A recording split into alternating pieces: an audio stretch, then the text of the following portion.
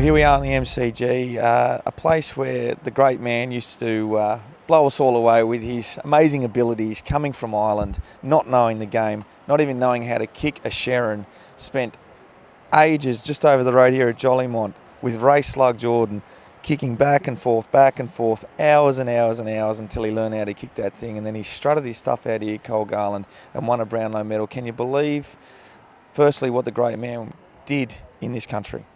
Oh, it's unbelievable. They say maybe Liam came from further back than Jimmy, but I mean, some of the stories you hear that he couldn't put the ball onto his boot, and he had no idea about the game, and when he turned up he thought he was going to play here in the under-19s in front of 80,000 people, and just to see how far he's come back. I mean, you see some stories. I mean, the first training session after getting off the plane, he ran the lake and he was so far ahead of everyone else he thought he was lost. So he stopped running and waited for someone to pass him, so he knew where to go and just came second. He's just had that fighting ability that he was just never going to give up. The stories you hear is just they beg a belief. Now, you had a bit to do with Jimmy outside of football, and I think this is what everyone's realising right now, the moment of his passing, that yes, he did some amazing things on a football field, but off it he did equally, if not more impressive things. What did you do at Reach, and how did Jimmy affect you? Yeah, I was lucky enough to go to a few camps and stuff like that on Camp Messiahs and with Reach, and I mean, 154 years old this club is, and he's had the biggest impact. I mean, we've had Tom Wills, who wrote the game, Ron Barassi, Robbie Flower. He's had the biggest impact on this footy club, but yet it pales into comparison with Reach, where he's saving lives. And there's kids over there that are too hard. Like, it's just like everyone's like, oh, too hard basket, let them be, out of school, who cares, give up on them. And Jim was the kind of guy that he just never gave up on anyone. And there was always something that he could relate to anyone about. And just see stuff that, I mean, there's kids there that I was thinking, no, there's something wrong with you. Geez, you're aggressive, too aggressive. And Jim, by the end of it, just couldn't have him in tears. He knew how to get the best out of anyone, and he had a great empathy for people. And do you think that it was his sincerity? Because there's a lot of people that haven't actually met Jim. We've only seen him on the obviously TV, maybe seen him out here on the MCG before a game. Was it his empathy? Was it his sympathy to people? Was it just the fact that he was this big guy? I mean, for you, what do you reckon it was? I think that was sort of an oxymoron. He was such a big guy and sort of intimidating, but you'd sit down and have a conversation with him, and he was so deep and thoughtful, and he was such a spiritual person as well. And I think when he just spoke to people, they felt better about themselves. Like, he just had that ability that when he spoke to you individually or as a group, it just made you feel better. And I mean, the Reach stuff is just unbelievable. It's such a great legacy. Some of the people that facilitate those programs now are the kids that were too hard. And then he's made them kids into what they are now. And that's the best thing about Reach. It's young people helping young people.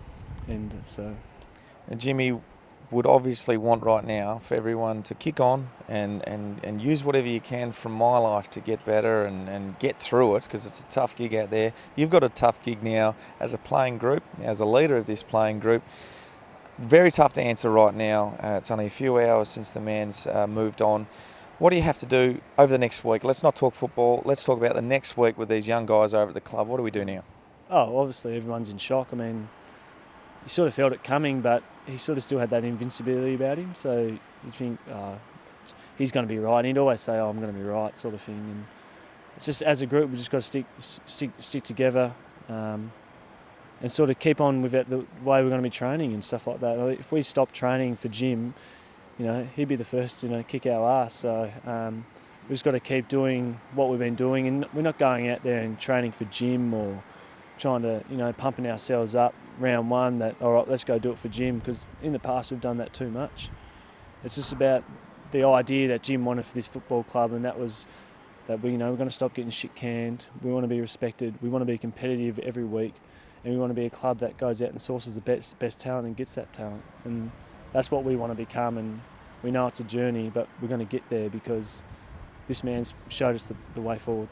We like to use big words and we like to say things eloquently and with poetry, but at the end of the day, put it simply, I'm sure you'll back me up, Jimmy Stein's loved this club, and I think a lot of the players right now are going, you know what, he just loved the Melbourne Football Club, maybe I should love the Melbourne Football Club too. Oh, yeah, couldn't have said it better myself, but exactly.